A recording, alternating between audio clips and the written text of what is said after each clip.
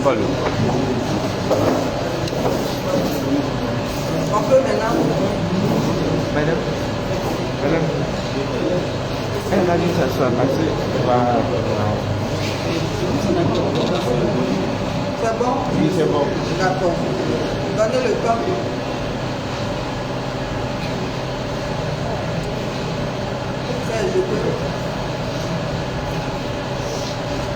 Conférence de presse de la coalition des victimes et des menacés de déguerpissement Covid-19 du jeudi 19 décembre 2024. Chers amis de la presse, citoyens, citoyennes, nous sommes là ce matin parce que nous nous acheminons vers le 31 décembre 2024 sans que le désastre humanitaire créé par l'État de Côte d'Ivoire à travers le district d'Abidjan ne soit solutionné. Toutes les familles normales sont en train de préparer allègrement les fêtes de fin d'année pendant que les familles déguerpies sont dans l'amertume, sans aucun espoir à l'horizon. Que d'indifférence et de fausses promesses. Quelle est la situation des déguerpis et expropriés ce jour du 19 décembre 2024? Les faits.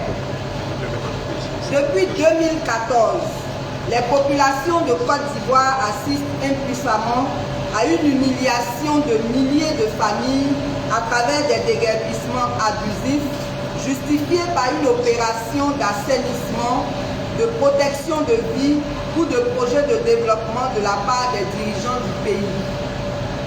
Plusieurs sites ont été affectés en 2018, mais en 2024, les déguerpissements ont été plus nombreux, plus violents et successifs. Au total, une trentaine de sites a été détruite. Plusieurs logements, équipements, dont des écoles et des lieux de culte, de même que des activités commerciales, ont été détruits par le district autonome d'Abidjan sans aucun respect des dispositions légales en la matière, portant ainsi atteinte à la dignité humaine de près de 100 000 ménages. Lors d'un conseil des ministres du 13 mars 2024, le district d'Abidjan a été déchargé des déguerpissements et la décision de mettre en place une cellule logée à la primature où le suivi des déguerpissements a été prise. Non seulement les membres de cette fameuse cellule n'ont été nommés qu'en août 2024, soit 5 mois après, mais pendant ce temps, le district a poursuivi son opération de déguerpissement avec plus de violence au mépris des instructions du chef de l'État qui a demandé d'y mettre de l'humanisme et sans aucune réaction de la primature. Ainsi, le nombre de familles disloquées, de scolarité interrompue, d'activités commerciales détruites et d'employés mis au chômage a continué à augmenter au fil des mois jusqu'en octobre 2024, engendrant la paupérisation de centaines de familles dans ce contexte de cherté de la vie. Par ailleurs, le même 13 mars, 5 mesures ont été prises pour soulager les familles des déguerpis. Malheureusement, non seulement aucune n'était adaptée aux besoins et aux capacités des déguerpis, seule la première mesure a été mal appliquée avec seulement les déguerpis de GESCO et a été trouvée en collaboration avec les mairies.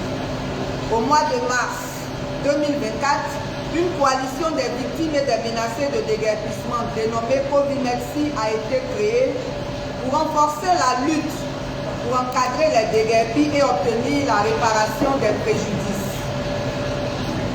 Elle a organisé les déguerpis en collectif, levé des collectes de fonds, apporté un appui aux déguerpis et les aider à suivre la voie judiciaire. Elle a également organisé des conférences et réalisé des vidéos sur la situation des déguerpis.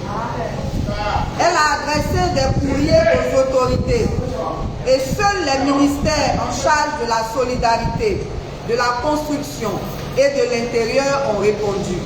ni le district, ni la primature, encore moins le président de la cellule de suivi des déguerpissements, n'ont répondu aux demandes d'audience. Il n'y a donc aucune assistance actuelle au déguerpi, mais plusieurs mesures ont été prises sans être appliquées, dont la dernière en date prise au Conseil des ministres du 20 novembre 2024 propose 3000 lots sur 36 hectares à Adonkwa. À ce même Conseil des ministres, il a été demandé de suspendre les déguerpissements et le ministère de l'Intérieur a demandé aux mairies des communes concernées d'établir les listes des déguerpis le 29 novembre 2024 par un télégramme. Notre analyse. Face à cette situation désastreuse, notre analyse est la suivante. 1. Les motivations et les cibles annoncées par le district sont la nécessité de mettre fin au désordre urbain et protéger les vies des populations des zones à risque. C'est très bien. Mais nous nous posons plusieurs questions. Pourquoi des villages et des quartiers lotis avec ACD ont-ils été démolis? Pourquoi des quartiers non inondables ont-ils été détruits? Pourquoi les déguerpissements ont-ils donné des morts alors qu'on voulait en éviter? Les statuts des différents sites démolis sont très divers et ne constituent pas en majorité des zones à risque. Nous avons au nombre des sites démolis 2 villages. Un village à Thié, dans la commune de Yopougon, Banco 1, créé par le décret 2010-233 du 25 août 2010 et le village ébrié d'Adjamé Village. Un quartier à lotissement approuvé en 2002 avec détention d'ACD, notamment GESCO, en pleine restructuration pour le PACRA. Un projet de l'AFD devait bitumer les voies principales. Une opération immobilière à GESCO dénommée Cité Eden. Des quartiers non précaires avec des lotissements non approuvés à Atekoubé. Des quartiers non lotis mais non précaires comme abattoirs à Port-Boué. Des installations de fermes de commerce et d'artisans. Au total, une trentaine de sites ont été démolis, sinistrant près de 100 000 familles, dont 20 000 ménages propriétaires au moins, des milliers d'élèves et des milliers d'activités génératrices de revenus, dont des revenus locatifs.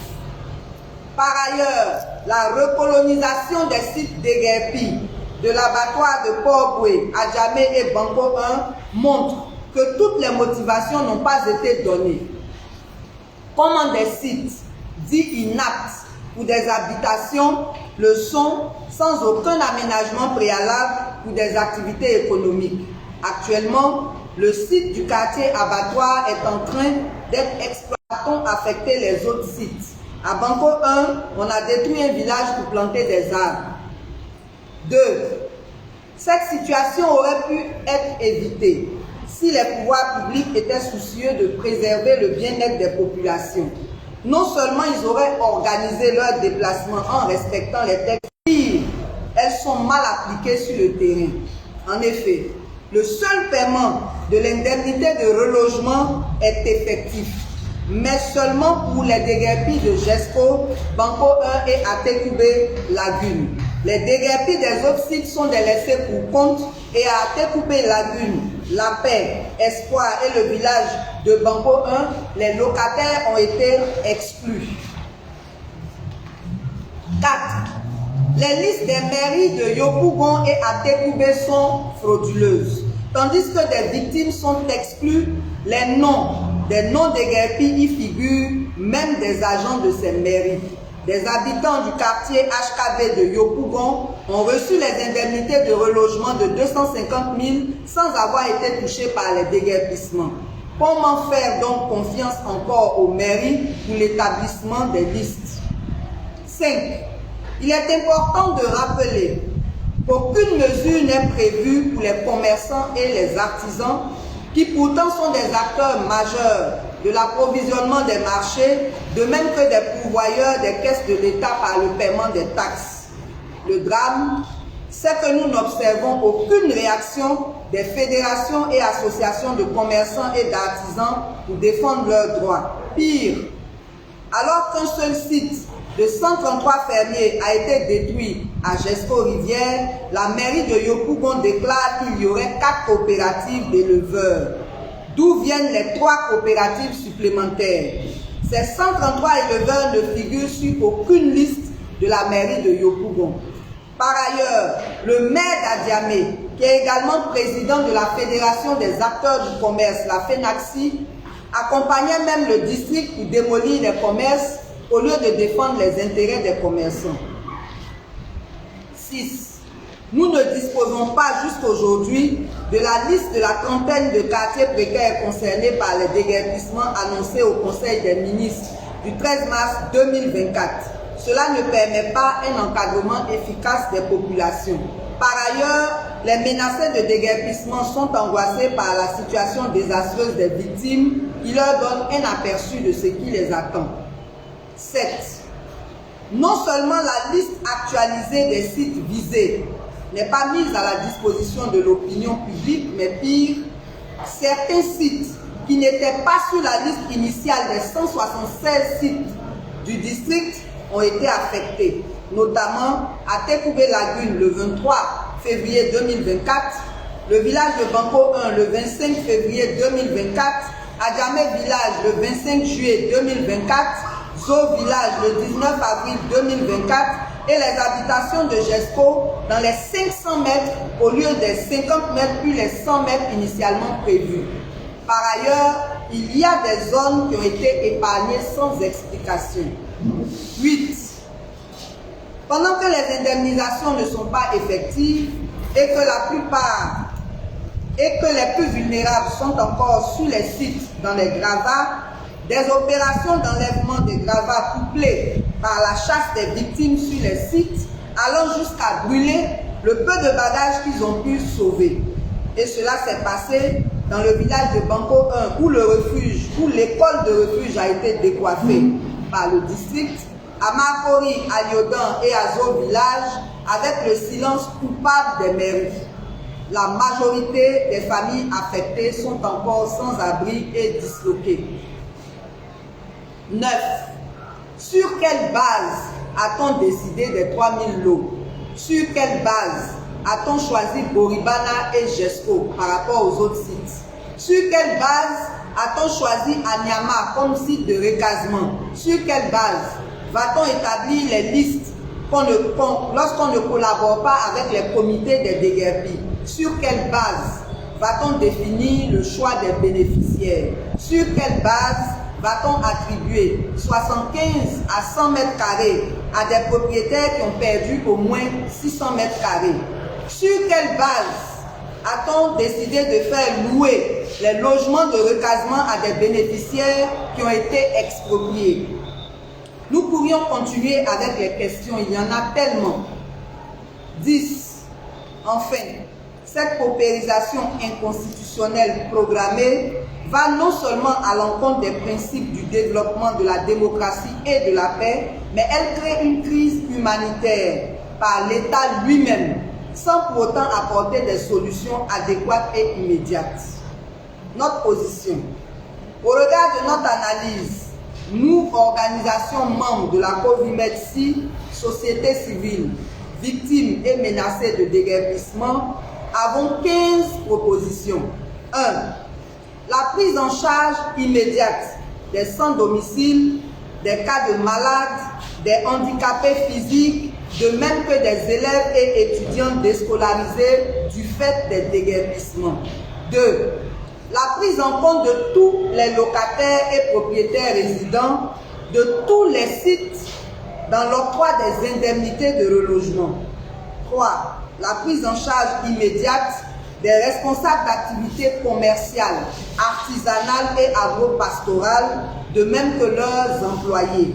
Il s'agit entre autres de la prise en compte des fermiers, notamment les 133 éleveurs de Jesco-Rivière et ceux d'Atekoubé Lagune par leur insertion sur la liste des déguerpis et la définition de mesures d'accompagnement pour leur réinstallation. la révision des mesures en faveur des déguerpis, dont l'augmentation à au moins 1 million pour l'indemnité de relogement, car elle devrait prendre en compte tous les préjudices subis qui sont d'ordre moral, psychologique, financier, scolaire, coutumier et matériel. 5. Le dédommagement des familles des victimes de décès du fait des déguerpissements. 6. La prise en charge en urgence des élèves et étudiants déguerpis pour sauver leur année scolaire et universitaire. 7. L'implication de la coalition à la validation des listes des victimes par l'implication des responsables des victimes dans la définition des nouvelles mesures, de même que l'établissement et la validation des listes. Sont responsables des déguerpis les comités des déguerpis et les chefferies des villages. 8. La mention dans la communication et sur les communiqués de poursuite judiciaire en cas de fraude dans l'élaboration des listes des victimes pour les responsables des mairies comme pour les non-victimes. 9. L'affichage des listes avant le paiement par souci de transparence. Jusqu'aujourd'hui, on n'a jamais vu la liste de Yopougon. 10. La consultation des victimes pour l'identification des sites de recasement, car celles qui sont toujours en activité ont des impératifs tels que la proximité des lieux de travail. 11. Le changement du mode opératoire pour passer des déguerpissements à des déplacements de population dans le respect des procédures en la matière. 12. L'invitation de la coalition à exposer devant tous les membres de la cellule. 13. La mise à disposition de la liste des sites visés pour faciliter l'encadrement des populations concernées et faciliter leur déplacement. 14. L'intégration de la coalition à la table des négociations et dans la cellule de suivi et d'aménagement des quartiers précaires du district autonome d'Abidjan à tous les niveaux de décision. 15. Enfin, la mise en place d'une commission d'enquête parlementaire et internationale pour l'éclatement de la vérité et situer les responsabilités. La COVIMEDSI réaffirme son soutien à toutes les victimes et les menacés de déguerpissement et nous nous engageons entièrement dans la lutte pour le respect des droits fondamentaux des personnes déguerpies. Nous plaidons pour un dédommagement des déguerpis et la restauration des conditions de vie décentes pour les familles des déguerpis avant la fin de l'année. C'est pourquoi nous invitons la cellule de la primature à accélérer son plan de travail pour soulager ces victimes du gouvernement. Nous, COVIMEDSI, exhortons le président de la République, lors de son adresse du 31 décembre 2024, à avoir de la compassion pour toutes ces familles en détresse en nous accordant une oreille attentive pour prendre des mesures justes et rapides. Vive le développement dans le respect des textes, vive une Côte d'Ivoire unie et prospère, que Dieu éclaire nos autorités. Je vous remercie.